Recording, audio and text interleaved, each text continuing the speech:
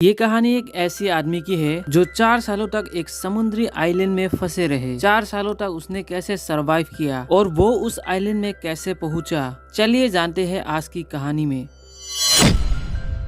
तो कहानी के स्टार्ट में फेडेक्स कुरियर कंपनी के एक एम्प्लॉयर चेक को देखता हूँ। चेक अपने काम पर बहुत अच्छा होता है। चेक अलग अलग कंट्री घूमता रहता है। दरअसल जहाँ पर उनका कंपनी का ब्रांचेस होता है वहाँ पर चेक जाकर सभी को टाइम का वैल्यू समझाते हैं और सभी को टाइम में कुरियर डिलीवरी करने के लिए बोलता है। साथ में चेक का एक गर्लफ्रेंड भी है जिसका नाम कैली है और ये दोनों एक दूसरे से बहुत प्यार करते हैं। ये दोनों शादी करना चाहते हैं पर चेक अपने काम पर बहुत ज्यादा बिजी रहता है। चेक अलग अलग कंट्री घूमता रहता है, इसीलिए अब तक इन दोनों ने शादी नहीं की। अब क्रिसमस भी आने वाला है पर चेक मलेशिया जाने वाला है।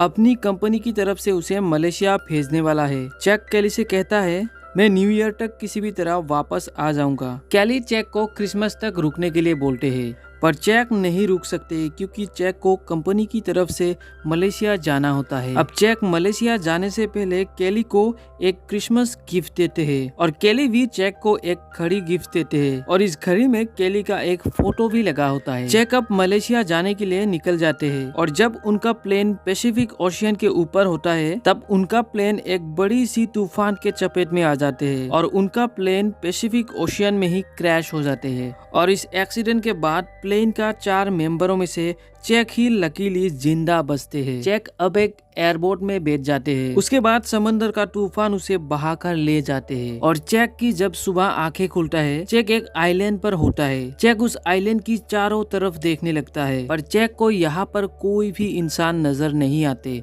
इस आइलैंड में चेक को ढेर सारा नारियल का पेड़ और पहाड़ दिखाई देते हैं पर यहाँ पर दूर दूर तक कोई भी इंसान नहीं है। उसके बाद चेक समंदर की रेत पर बड़े बड़े अक्षरों से हेल्प लिखता है ताकि ऊपर से कोई प्लेन उसे देख ले और यहाँ से उसे रेस्क्यू कर ले। अब रात चेक किसी तरह सो जाते हैं और सुबह जब चेक उठता है तो वो देखता है समंदर के लहरों ने उसका हेल्प को मिटा दिया है। इसीलिए चेक बड़े बड़े लकड़ियों से बड़ा सा हेल्प लिखता है क्योंकि चेक को विश्वास था कोई ना कोई उसे ढूंढने यहाँ पर जरूर आएंगे और उसके हेल्प से उसे ढूंढ लेंगे। अब चेक को कुछ फेडेक्स कंपनी की कुरियर मिलता है पर उन कुरियर पर एक भी खाने पीने की चीजें नहीं है। चेक कुरियर बॉक्स को खोल ही रहा था तभी वहाँ पर एक नारियल गिरता है। अब चेक को प्यास भी बहुत लगा था। चेक समंदर का पानी तो नहीं पी सकता, अब चेक को नारियल का पानी ही पीना होगा। इसीलिए वो बहुत सारे नारियल को इकट्ठा कर लेते हैं पर बिना औजार के नारियल को खोलना इतना आसान नहीं है। चेक अब बहुत कोशिश करने के बाद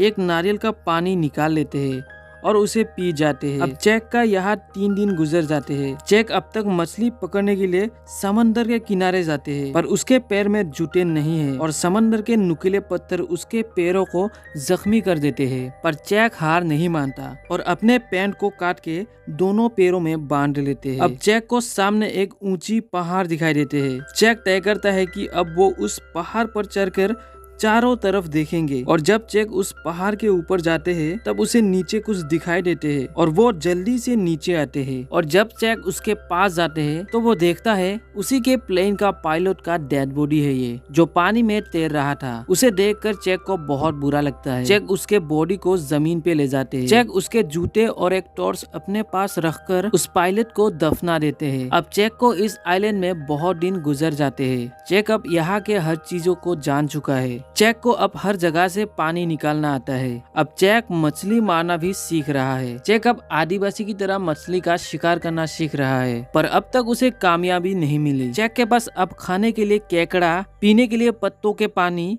और नारियल का पानी भी है। अब एक रात चेक को एक शिप की लाइट दिखाई देती है। चेक बहुत जोर जोर से आवाजें लगाता है, टॉर्च की रोशनी दिखाते हैं पर शिप से उसे देख पाना लगभग नामुमकिन है क्योंकि शिप बहुत दूर होता है। अब अगले दिन चेक फैसला करता है कि वो यहाँ से निकल जाएंगे। चेक के पास जो एयरबोट है उससे चेक यहाँ से निकलने की तैयारी करते हैं क्योंकि चेक को पता है यहाँ पर उसे कोई ढूंढने नहीं आएंगे।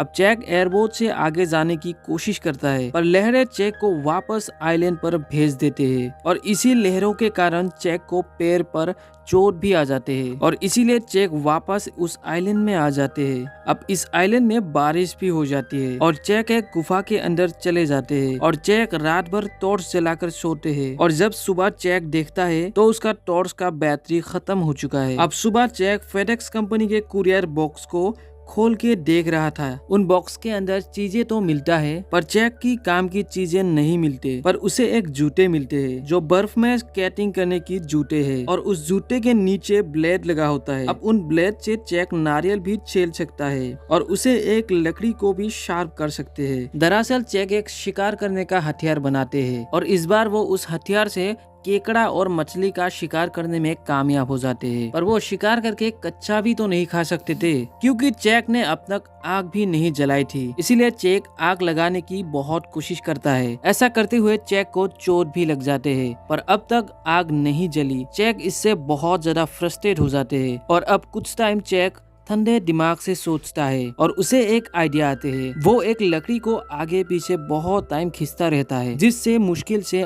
आग लग जाती है। आग लगने के बाद जैक बहुत ज्यादा खुश हो जाते हैं। अब वहाँ पर जैक को एक फुटबॉल मिलता है जो विल्सन कंपनी का होता है। उसमें जैक का ब्लड भी लगा होता है। जैक उस फुटबॉल में नाक, मुंह और आंखें बनाकर उस फुटबॉल को एक इंसान की शेप बना देते हैं और उस फुटबॉल से बातें करने लगते हैं और उस फुटबॉल को जैक विल्सन कह के बुलाते हैं क्योंकि फुटबॉल में विल्सन लिखा होता है। अब जैक को उसके एक दांत बहुत ज्यादा दर्द देने लगते हैं। हालांकि उसे पहले भी दांतों का दर्द था पर अब उसका दांतों का दर्द बहुत ज्यादा होता है। अब जैक फैसला कर लेते हैं कि वो अपने दांत को निकालेंगे और बहुत मुश्किल के बाद जैक अपने दांत को निकाल लेते हैं पर दांत निकालते ही जैक बेहोश हो जाते हैं। अब धीरे धीरे समय गुजर जाते हैं और आज जैक को इस आइलैंड में फंसे 4 साल हो चुके हैं और इन 4 सालों में जैक पूरी तरह बदल जाते हैं। पहले जैक मोटा हुआ करता था पर अब जैक पूरी तरह फिट है और इन 4 सालों में जैक का कपड़ा भी खराब हो चुका है। जैक अब एक कपड़े के टुकड़े को पहन के रखते हैं और उसके दाढ़ी और बाल भी बहुत लंबे लंबे हो जाते हैं। जैक अब एक आदिवासी की तरह लग रहा है। जैक अब यहाँ पर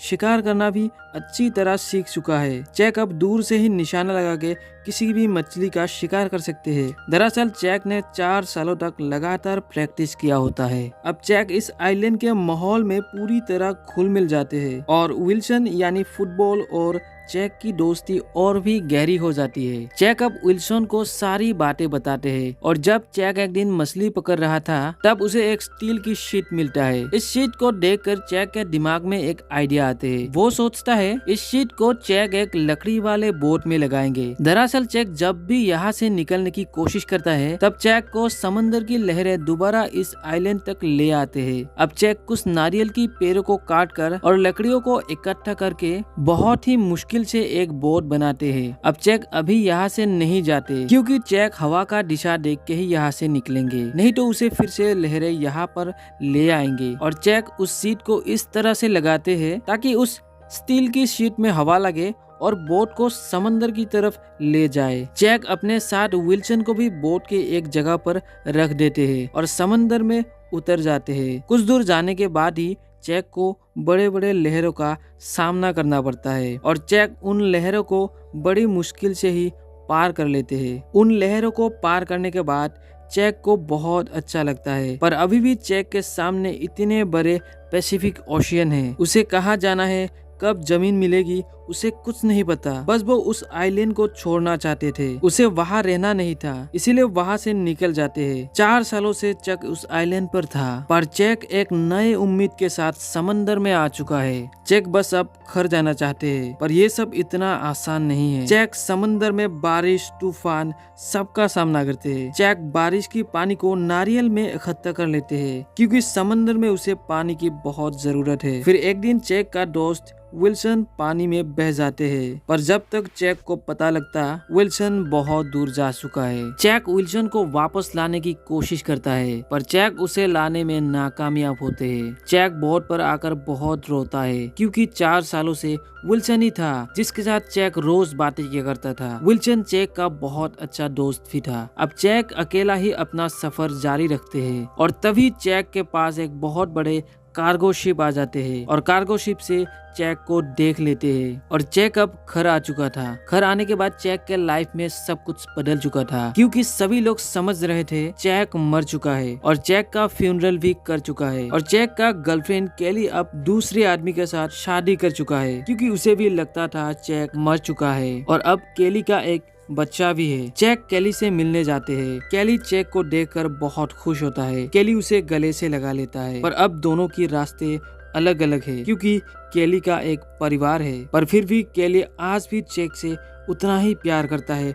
जितना 4 साल पहले किया करता था। चैक केली को उसके घड़ी वापस कर देता है, पर चैक केली के एक फोटो को अपने साथ रख लेते हैं। फिर केली चैक से कहता है, तुमने वादा किया था तुम वापस जरूर आओगे। चैक कहता है, सॉरी मुझे वापस आने में बहुत देर हो गई, और दोनों एक दूसरे को किस करते हैं। केली आज भी चैक से प्यार करता है, पर केली अपने परिवार को छोड़ नहीं सकते और चैक भी केली का परिवार तोड़ना नहीं चाहते। केली के पास चैक का एक गाड़ी था। अब केली चैक को उसकी गाड़ी वापस कर देते हैं और चैक गाड़ी लेकर वहाँ से निकल जाते हैं। और जब चैक जा रहा था तब केली खड़े होकर पीछे से चैक की तरफ देख रहा था। केली को चैक चले जाने से बहुत ज्यादा अफसोस होता है, क्योंकि केली आज भी उतना ही प्यार चैक से भी करता है। केली अब चैक का नाम लेकर पुकारते हैं और चैक की गाड़ी की तरफ दौड़ते हैं और चैक भी गाड़ी से बाहर आकर केली को गले से लगा लेते हैं। केली कहता है, मुझे यकीन था तुम एक दिन वापस जरूर आओगे, पर मुझे सभी ने बोला कि अब तुम जिंदा नहीं रहे।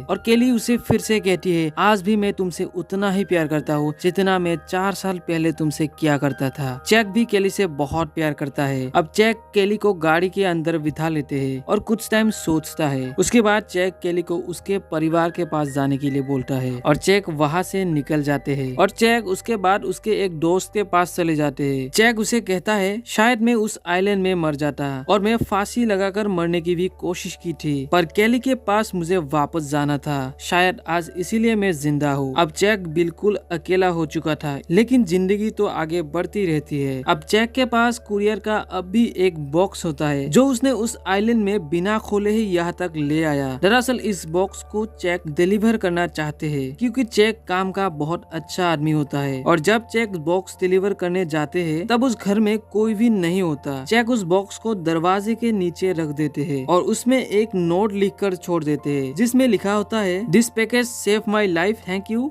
Cheque Noland. और वहाँ से चैक चले जाते हैं। अब चैक एक रास्ते के किनारे खड़े थे, पर चैक को कंफ्यूज होता है वो अब जाए कहाँ। और तभी कार में एक लड़की आते हैं और चैक को कहता है, क्या तुम रास्ते भूल गई हो। चैक कहता है, शायद। उसके बाद लड़की चैक को चारों तरफ की रास्ता बताते हैं और उसके बाद वो चली जाती है। और चैक देखता है लड़की के गाड़ी के पीछे एक निशान बना हुआ होता है और वो निशान उस कुरियर बॉक्स के ऊपर भी था। दरअसल ये वही लड़की है जिसके घर में चैक अभी डिलीवर दे के आया है। और हाँ, फिल्म के स्टार्टिंग में हम इसी घर को देखा था और इसके गेट में लिखा हुआ था डिक बेटीना। पर चैक जब आज डिलीवर करने गया था तो उसमें सिर्फ बेटीना लिखा हुआ था। इसका मतलब इसने भी अपने पार्टनर को खो दिया, जैसे चैक ने खो दिया है। दरअसल अब दोनों ही अकेला है और शायद आगे ये दोनों अपने लाइफ को कंटिन्यू कर सकते हैं। आखिर में चैक चारों तरफ के रास्ते को देखते हैं और उस रास्ते की तरफ देखकर उसे एक उम्मीद मिलता है जिस रास्ते से वो लड़की गई। तो इसी के साथ ये कहानी भी यहीं पे खत्म हो जाती है।